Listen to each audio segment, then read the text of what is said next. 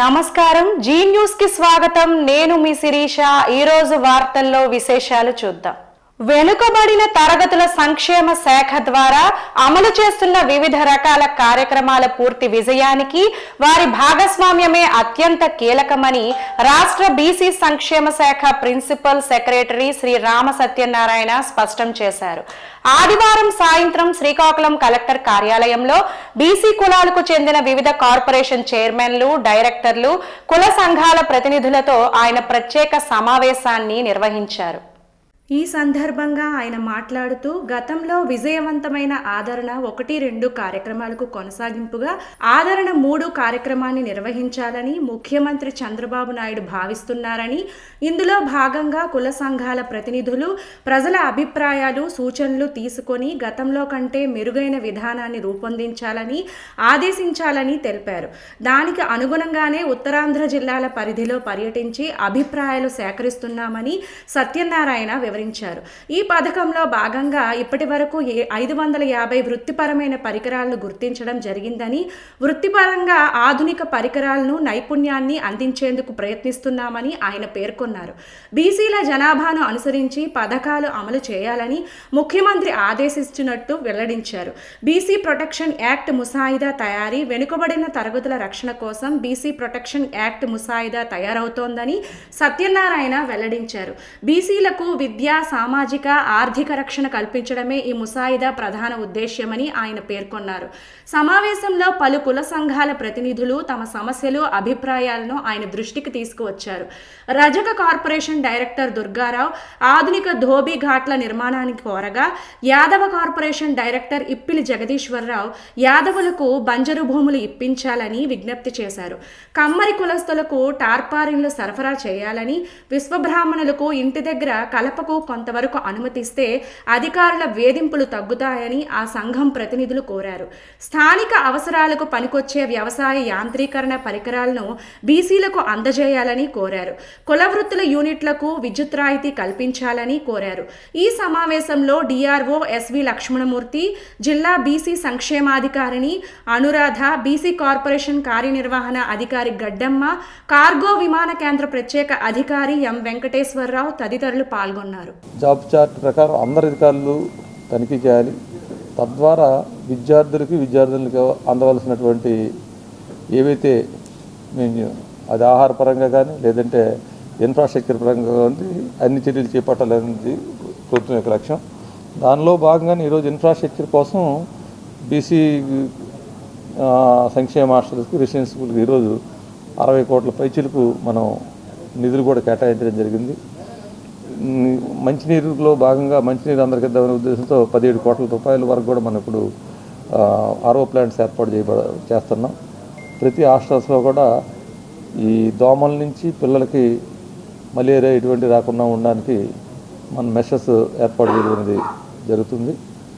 ఇదే కాకుండా మనం ఎన్జిఓలని తర్వాత సిఎస్ఆర్ కింద హాస్టల్లో దాదాపు ఒక 35 కోట్ల రూపాయలతో రాష్ట్రమంతా మనం పనులు చేపట్టడం జరిగింది.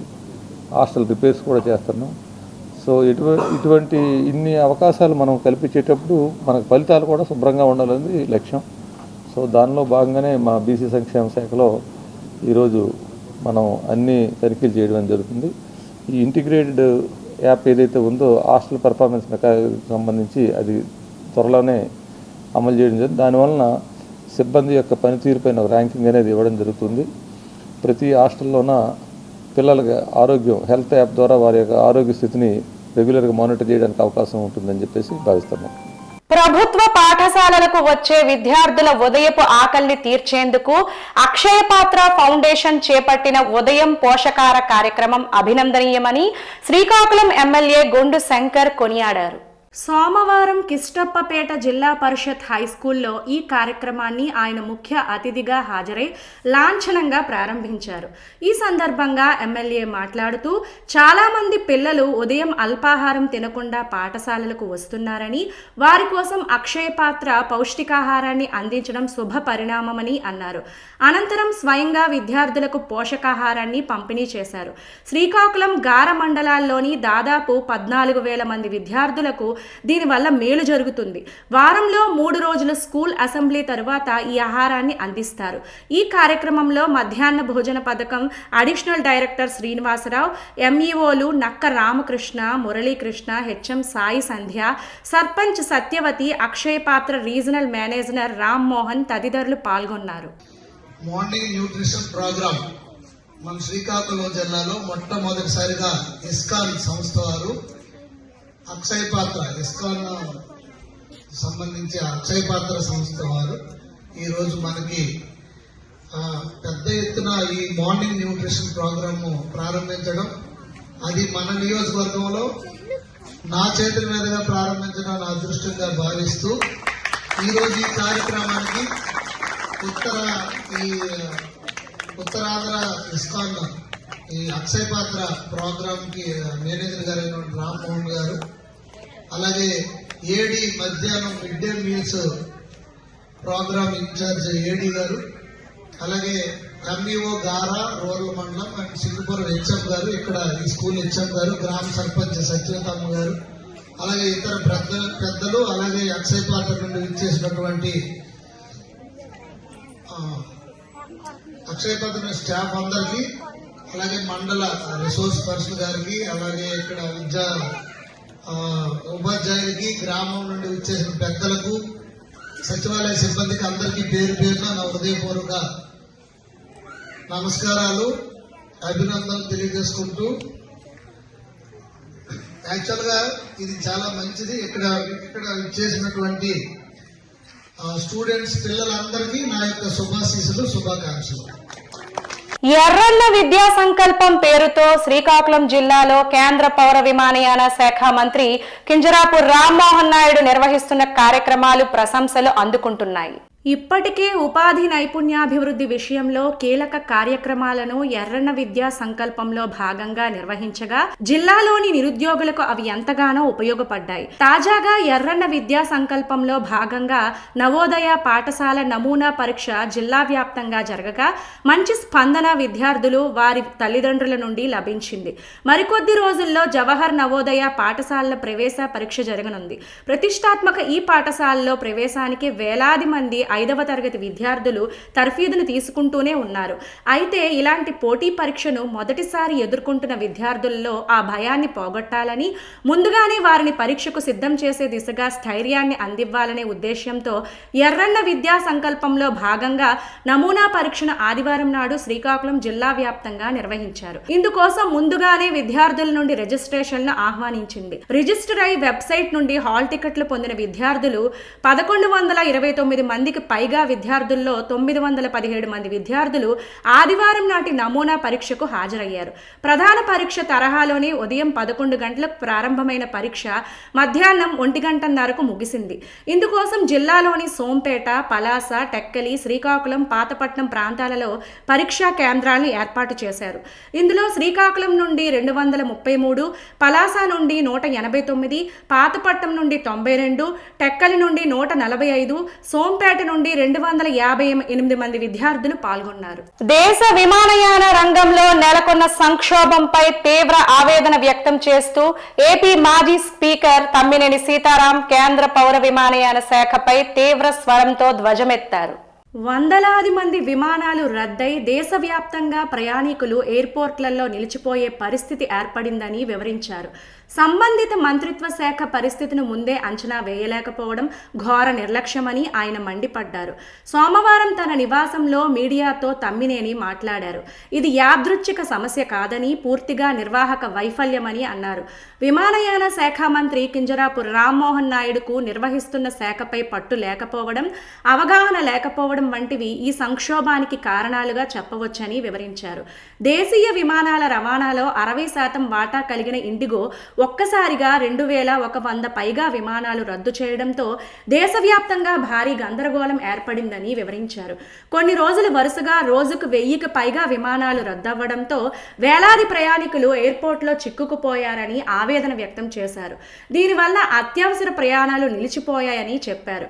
గంటల తరబడి క్యూలు, రీఫండ్లలో ఆలస్యం, టికెట్ ధరలు 3-5 రేట్లు పెరిగి భారం పెరగటం బాధాకరమన్నారు. పైలట్ కొరత, కొత్త FDPL నియమాలు నియమాలు డీజీసీఏ అమలు చేసిన కొత్త విశ్రాంతి సమయ నిబంధనలకు అనుగుణంగా వ్యవస్థ మార్చడంలో ఇండిగా సంస్థ సరైన ప్రణాళిక ముందుచూపు లేకపోవడంతోనే పైలట్ల కొరత తీవ్రతరం అయిందని వివరించారు.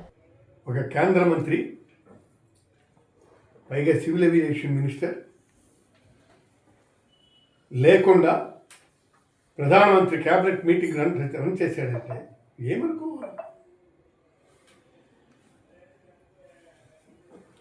అందుకే దీన్ని నేను చాలా స్పష్టంగా సజెస్ట్ చేస్తున్నాను. దీని మూలంగా మనం గమనించాల్సినటువంటి సమస్యలు ఎన్నో ఉన్నాయి. ఒకటి,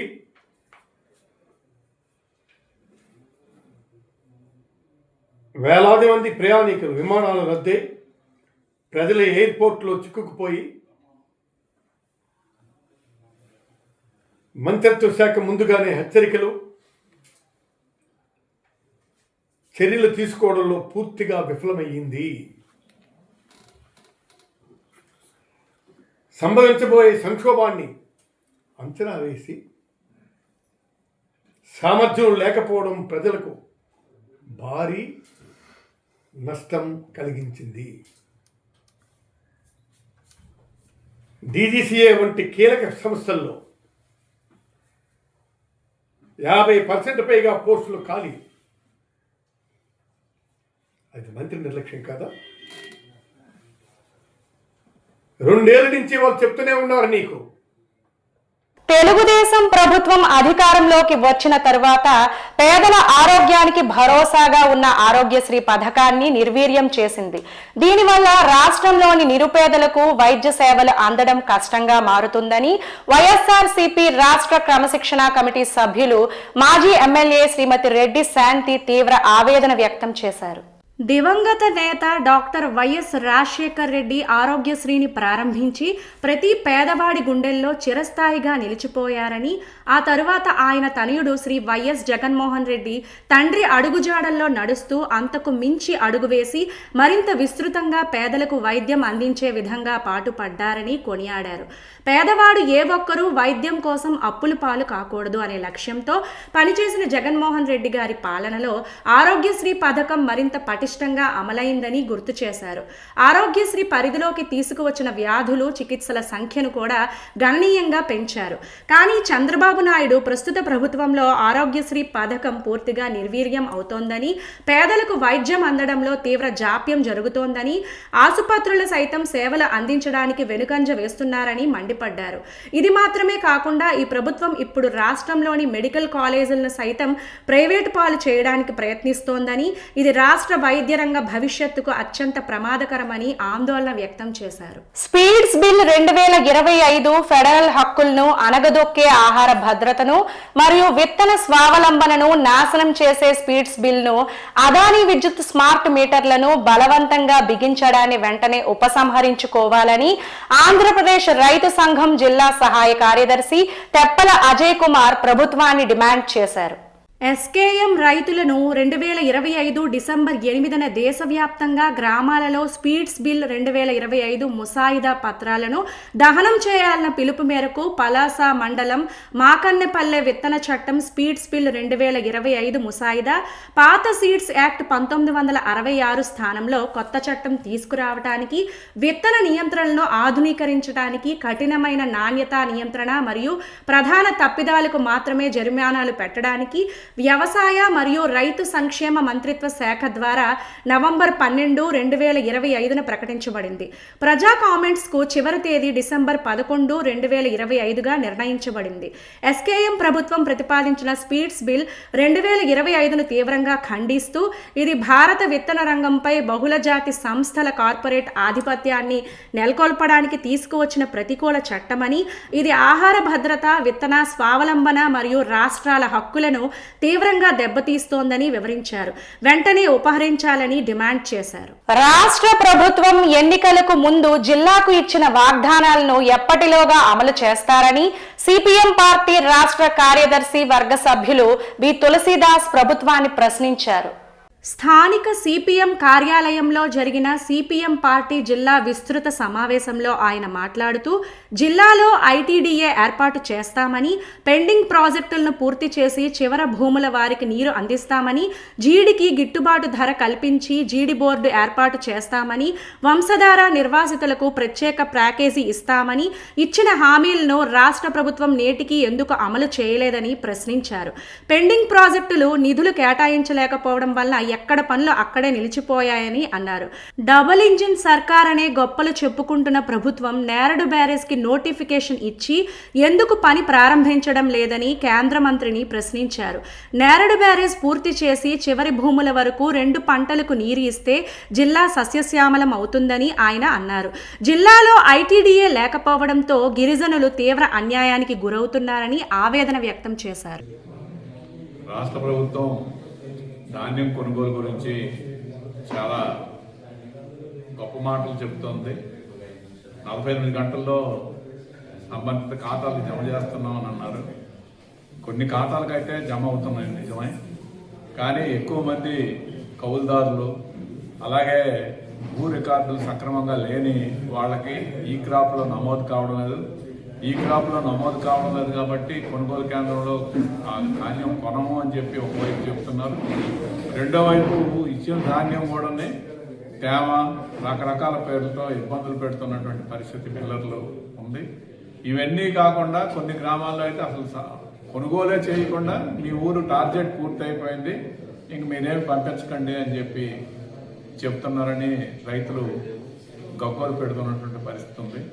జిల్లా సివిల్ సప్లై అధికారులు అలాగే రాష్ట్ర ప్రభుత్వం వెంటనే తగిన రీతిలో స్పందించి రైతాంగాన్ని ఆదుకోవడం అన్నటువంటిది చాలా అవసరం. ఒకవేళ అలా ఆదుకోలేకపోతే అనివార్యంగా రైతులు రోడ్డెక్కి ప్రభుత్వాన్ని ఇబ్బందులు పాల్చేసే పరిస్థితి వస్తుంది. పాలకొండ శాసనసభ్యులు నిమ్మక జయకృష్ణ మానవత్వాన్ని చాటుకున్నారు. తన పార్టీ కార్యాలయంలో పత్రికా సమావేశం ముగించుకొని ఇంటికి వెళుతున్న జయకృష్ణ మార్గమధ్యంలో తలవరం కోడలి వద్ద 2 ఆటోలు ఢీకొన్న విషయాన్ని గుర్తించారు. వెంటనే తన కారు పక్కకి ఆపి క్షతగాత్రులకు స్వయంగా ఫస్ట్ ఎయిడ్ నిర్వహించి వారి సమాచారం అడిగి తెలుసుకున్నారు. అంబులెన్స్ సిబ్బందికి చరవాణి ద్వారా సమాచారం అందించి క్షతగాత్రులను దగ్గరుండి అంబులెన్స్ ఎక్కించారు. అనంతరం పాలకొండ ఏరియా ఆసుపత్రికి సమాచారం అందించి మెరుగైన వైద్యం అందించాల్సిందిగా సిబ్బందిని కోరారు.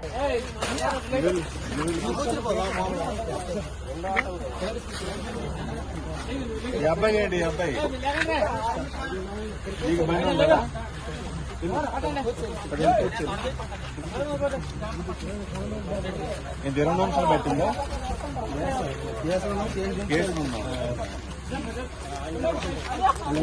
లేట్ అవుతుంది బండి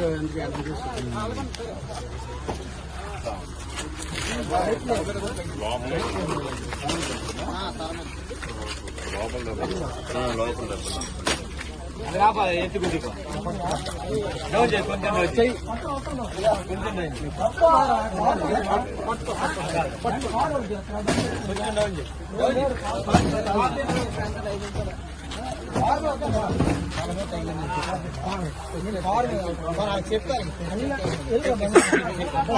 దీర్ఘకాలంగా పెండింగ్ లో ఉన్న అనేక సమస్యలు కూటమి ప్రభుత్వం కొత్తగా నిర్వహిస్తున్న ప్రజా ఫిర్యాదులు నమోదు మరియు పరిష్కార వేదిక ద్వారా సునాయాసంగా పరిష్కారం అవుతున్నాయని శ్రీకాకుళం జిల్లా కలెక్టర్ స్వప్నిల్ దినకర్ పుణ్కర్ వివరించారు. సోమవారం శ్రీకాకుళం జిల్లా పరిషత్ సమావేశ మందిరంలో నిర్వహించిన ప్రజా ఫిర్యాదుల నమోదు మరియు పరిష్కార వేదిక కార్యక్రమం ద్వారా జిల్లా నలుమూలల నుండి వచ్చిన అర్జీదారులు వారి యొక్క అర్జీలు సమర్పించారు. మీకోసం .ap.gov.in వెబ్సైట్లో వారి యొక్క అర్జీలు నమోదు చేసుకోవచ్చని వివరించారు. అర్జీదారులు అర్జీల నమోదు మరియు నమోదైన అర్జీల గురించి వాటి యొక్క స్థితి దానికి సంబంధించిన సమాచారం గురించి తెలుసుకోవాలంటే 1100కు నేరుగా కాల్ చేయవచ్చని వివరించారు. అర్జీదారులు సోమవారం నిర్వహించే ప్రజా ఫిర్యాదుల నమోదు మరియు పరిష్కార వేదికకు పెద్ద ఎత్తున తరలివచ్చి ఫిర్యాదులు అందించారు. ఇంటి పట్టాలు మంజూరు చేయాలని, ఉపాధి కల్పించేలా చర్యలు తీసుకోవాలని కోరుతూ వ్యక్తిగత ఫిర్యాదులు పెద్ద ఎత్తున వచ్చాయి. ఈ గ్రీవెన్స్ కార్యక్రమంలో వివిధ శాఖల అధికారులు పాల్గొన్నారు.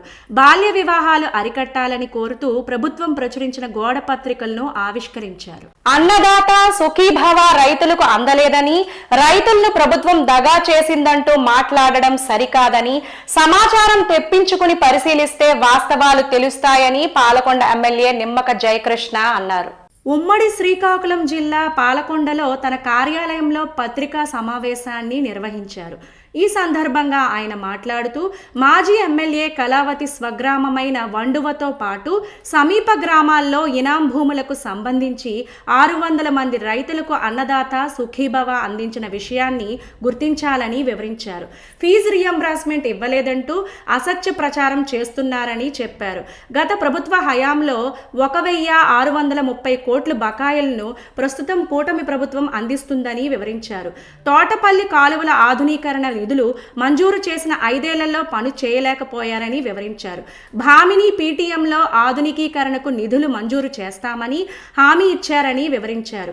గుత్తేదారులకు సకాలంలో బిల్లులు చెల్లించలేకపోవడంతో అభివృద్ధి గత ప్రభుత్వ హయాంలో నిలిచిపోయిందని వివరించారు. ప్రస్తుత కూటమి ప్రభుత్వం గుత్తేదారులకు బిల్లులు చెల్లింపులు చేస్తుందని వివరించారు. జిల్లా మంత్రి సంధ్యారాణిపై ఆరోపణలు చేయడం సరికాదని చెప్పారు. ఈ కార్యక్రమంలో వివిధ హోదాల్లో ఉన్న కూటమి నాయకులు మరియు కార్యకర్తలు పాల్గొన్నారు. ముఖ్యంగా మీ గ్రామంలో వండవ గ్రామంలో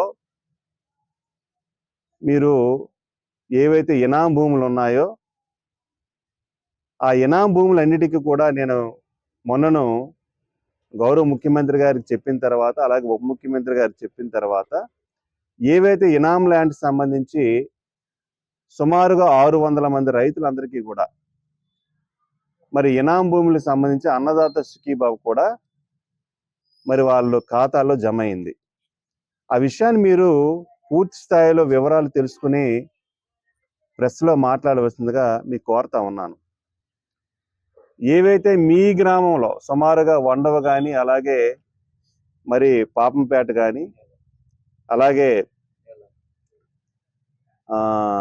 బొడ్లపాడు కానీ, ఇవన్నీ చుట్టుపక్కల గ్రామాలు ఏవైతే ఇనాం సంబంధించిన అన్నిటి కూడా అన్నదాత సుఖీభవ ఇవ్వడం జరిగింది. మరి ప్రభుత్వం వచ్చిన తర్వాత దీనికి కొన్ని గైడ్ లైన్స్ ఉన్నాయి. ఏదైతే వెబ్లాండ్లో ఎవరైతే లబ్ధిదారులు ఉన్నారో వాళ్ళందరికీ కూడా అన్నదాత సుఖీభవ ఇవ్వటానికి కొన్ని గైడ్ లైన్స్ కూడా పెట్టారు. ఆ గైడ్ లైన్స్ ప్రకారం అందరికీ అందాయి. అలాగే ఎవరైతే ఎవరైతే ఇనాం ల్యాండ్స్ ఉన్నాయో దానికి సంబంధించి ఆన్లైన్లో లేవు కాబట్టి వారికి అన్నదాత సుఖీభవ కాస్త లేట్ అయింది. దాన్ని చెప్పిన తర్వాత ఆ డబ్బులన్నీ కూడా రిలీజ్ చేశారు. ఏ ఉద్యోగి అయినా తన స్థాయి పెంచుకుంటూ వెళ్లాలనే అనుకుంటాడు అని, ప్రమోషన్ పొందితే వచ్చే ఆనందం వేరని జిల్లా అధ్యక్షులు పిసిని చంద్రమోహన్ అన్నారు. పంచాయతీరాజ్ వ్యవస్థలో నూతన మార్పులు, పంచాయతీ పరిపాలనను పరుగులు పెట్టిస్తున్న వైనంపై సోమవారం ఉదయం జనసేన పార్టీ ఉమ్మడి శ్రీకాకుళం జిల్లా కార్యాలయంలో జిల్లా అధ్యక్షులు పిసిని చంద్రమోహన్ ఆధ్వర్యంలో పత్రికా సమావేశాన్ని నిర్వహించారు. ఈ సందర్భంగా ఆయన మాట్లాడుతూ రాష్ట్ర పంచాయతీరాజ్ గ్రామీణాభివృద్ధి శాఖలో ఉద్యోగులు ఏళ్ల తరబడి ప్రమోషన్స్ లేక నిరాశలో ఉండిపోయారని వివరించారు. ఉప ముఖ్యమంత్రి పవన్ కళ్యాణ్ పంచాయతీరాజ్ గ్రామీణాభివృద్ధి శాఖ బాధ్యతలు చూస్తూ ఉద్యోగుల ప్రమోషన్స్ కల్పించిన విధానం ఖచ్చితంగా ఎంతో ఆమోదయోగ్యంగా, పారదర్శకంగా ఉందని చెప్పారు. ఆ ఉద్యోగులు అత్యంత సంతోషంగా ఉన్న సమయం ఇదే. తమ ఉద్యోగ జీవితంలో సంతృప్తిగా ఉంటే ప్రజలకు మెరుగైన సేవలు అందిస్తారని వివరించారు.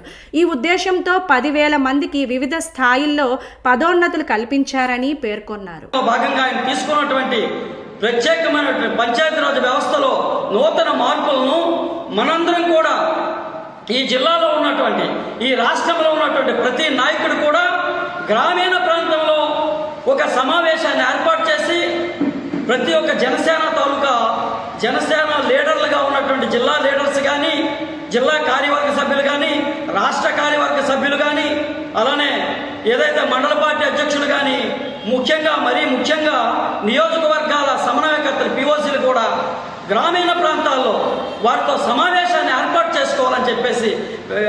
చేసి ఏదైతే నూతన మార్పులు, నూతన చరిత్ర సృష్టించినటువంటి గ్రామీణ ప్రాంతాల్లో 73, 74 రాజ్యాంగ సవరణ ప్రధానంగా ప్రజలకు అందాలి, ప్రజలకు మనం నూతన మార్పులతో ముందుకు పోవాలనే ఉద్దేశంతో తీసుకొచ్చినటువంటి నూతన మార్పులను మనం అందరం కూడా తీసుకువెళ్లాల్సిన బాధ్యత మన మీద ఉంది కనుక ప్రతి ఒక్క నాయకుడు కూడా కంకణబద్ధులై ప్రతి గ్రామంలో, ప్రతి గ్రామ పంచాయతీలో, గ్రామ ప్రజలందరూ రచ్చబండల్లో పంచాయతీ కార్యాలయాల్లో అందరినీ ఏర్పాటు చేసుకున్న సమావేశాన్ని ఏర్పాటు చేసి పంచాయతీరాజులో తీసుకొచ్చినటువంటి నూతన మార్పులు ఏదైతే డీడీఓ ఆఫీసుల ద్వారా ప్రజలకు, ప్రధానంగా డీడీఓ ఆఫీస్ అంటే వారికి ప్రత్యేక అధికారాలు కల్పిస్తూ కలెక్టర్ ఆఫీస్ కానీ డిపిఓ ఆఫీసులను కానీ అనుసంధానం చేస్తూ ఇది నూతన డివిజనల్ కలెక్టర్ ఆఫీసులుగా పదోన్నతులు ఇచ్చినటువంటి నాయకుడు, ఏకైక నాయకుడు కొణిదెల పవన్ కళ్యాణ్. వార్తలు సమాప్తం. మళ్ళీ తరువాత బులెటిన్ లో కలుసుకుందాం. నమస్కారం.